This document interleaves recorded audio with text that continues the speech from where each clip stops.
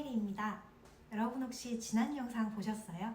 바로 지난 영상에서 내 마음 필터에 먼지가 가득할 때 필터를 해체해서 구석구석 들여다보고 청소할 수 있다고 말씀드렸잖아요. 매일 꾸준히 필터 속 먼지를 청소하다 보면 내 마음의 필터가 깨끗해지고 자연스럽게 기분 나쁨을 느끼는 빈도가 줄어든다고요. 그런데 도대체 필터를 어떻게 해체하냐? 구석구석 들여다보고 싶어도 난 잘 모르겠다 하시는 분들이 계실 것 같아서 오늘 영상 준비했습니다.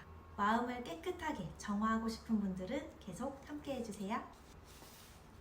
마음속 필터를 해체해서 들여다보기 위해서는 내 마음속 깊은 곳, 즉 잠재의식에 접근하는 것이 필수적입니다. 우리의 의식은 빙산의 일각에 불과하고 우리의 삶을 구성하는데 90% 이상의 큰 역할을 하는 것은 우리가 평소에 미처 인식하지 못하고 있는 잠재의식입니다. 우리가 흔히 무의식적으로 이러이러한 말을 해버렸어, 또는 무의식적으로 이러이러한 행동을 해버렸어, 이런 말들을 하잖아요. 삶에서 무의식적으로 흘러가는 부분이 많아질수록 우리는 불행하다고 느끼게 되고요. 의식 차원에서 행하는 것이 많아질수록 우리는 행복에 가까워집니다. 지난 영상에서 이야기했던 감정도 그 과정을 미처 인식하지 못한 채 느끼는 경우가 많아요. 그래서 어떤 상황을 마주했을 때 자동적으로 어떤 감정이 나를 지배한다고 느끼죠. 그런데 우리가 만약 내 마음속 깊은 곳, 즉 잠재의식에 접근하는 방법을 알고 훈련을 통해서 그게 자유자재로 된다면 더 이상 자동적으로 어떤 감정에 지배당하는 일은 없어요. 대신에 내가 감정을 지배하게 되죠. 그래서 오늘은 잠재의식에 접근할 수 있는 4가지 방법에 대해서 말씀드리려고 합니다. 첫 번째는 바로 명상입니다.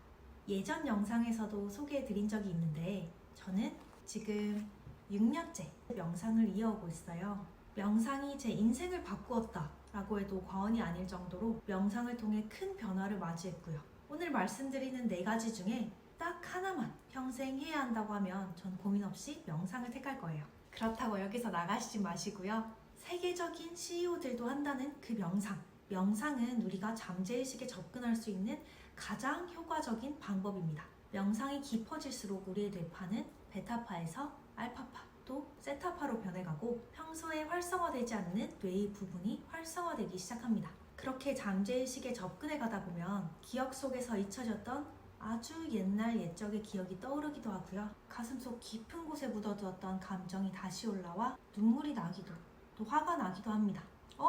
그럼 안 좋은 거 아니야? 라고 하실 수도 있는데요. 그 기억과 감정들을 잘 흘려보내기만 한다면 이 과정이 바로 정화입니다. 내 마음속 필터의 먼지가 씻겨나가는 과정이요. 두 번째는 바로 글쓰기입니다. 추천드리고 싶은 글쓰기 종류도 정말 다양한데 잠재의식에 접근하는데 가장 도움이 되는 글쓰기는 바로 나 자신과의 대화입니다. 내 마음속에 어떤 아이가 살고 있다고 생각해보세요. 나에게 아주 소중한 아이예요. 내가 많이 사랑하는 아이고요. 그 아이가 마음의 상처를 입고 풀이 죽어 있네요. 그 상처를 어루만져주고 위로해주고 싶어요. 이 마음으로 대화를 이어가 보는 거예요. 무슨 일이 있었어? 그 상황에서 왜 슬픔이라는 감정을 느꼈을까? 그 말을 듣고 버림받았다 라고 느낀 이유가 있을까?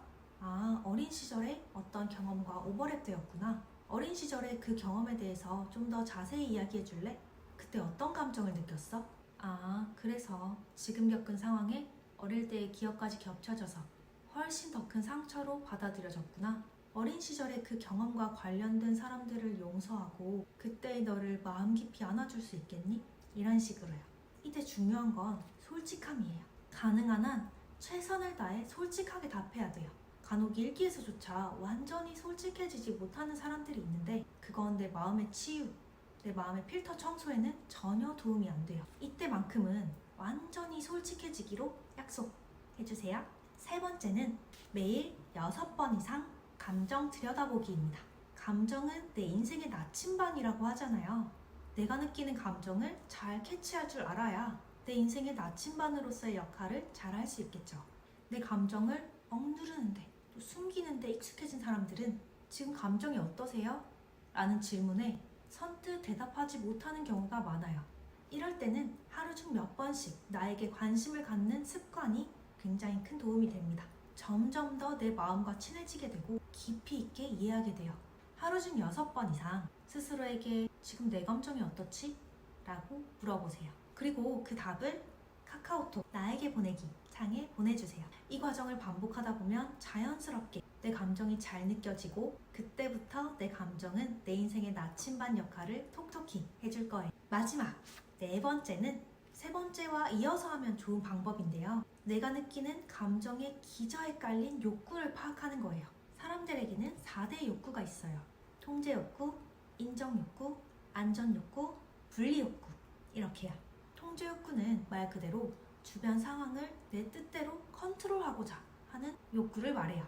통제 욕구가 강한 사람은 일이 내 계획대로, 내 뜻대로 흘러가지 않을 때 큰 감정적 불편함을 느끼겠죠. 인정 욕구는 말 그대로 타인으로부터 인정받고 사랑받고자 하는 욕구예요. 안전 욕구는 안전, 생존과 관련된 욕구인데요. 현대 사회에서는 경제적 결핍이 느껴질 때 안전 욕구가 위협받는다고 느끼게 돼요. 살아가는 모든 것에 돈이 필요하니까요. 분리 욕구는 타인과 분리되고 싶은 욕구인데요. 간단히 설명하면 어떤 집단에서 좀 더 특별한 사람이고 싶은 욕구를 말해요. 어두움이 없다면 밝음도 없는 것처럼 분리 욕구는 소속되고 싶은 욕구와 함께 가요. 수직선에서 왼쪽 끝은 소속되고 싶은 욕구, 오른쪽 끝은 분리되고 싶은 욕구라고 생각해 주시면 쉬울 것 같아요. 다른 욕구와는 다르게 수직선에서 내가 어디쯤 위치하고 있는지 생각해 봐야 합니다. 오늘 말씀드린 이 4가지 명상, 글쓰기, 하루에 6번 이상 감정 들여다보기, 감정의 기저에 깔린 욕구 파악하기 꾸준히 실천해 보시면 정말로 삶이 달라진다고 느끼실 거예요. 해보신 분들은 댓글로 후기 꼭 남겨주세요. 그럼 안녕!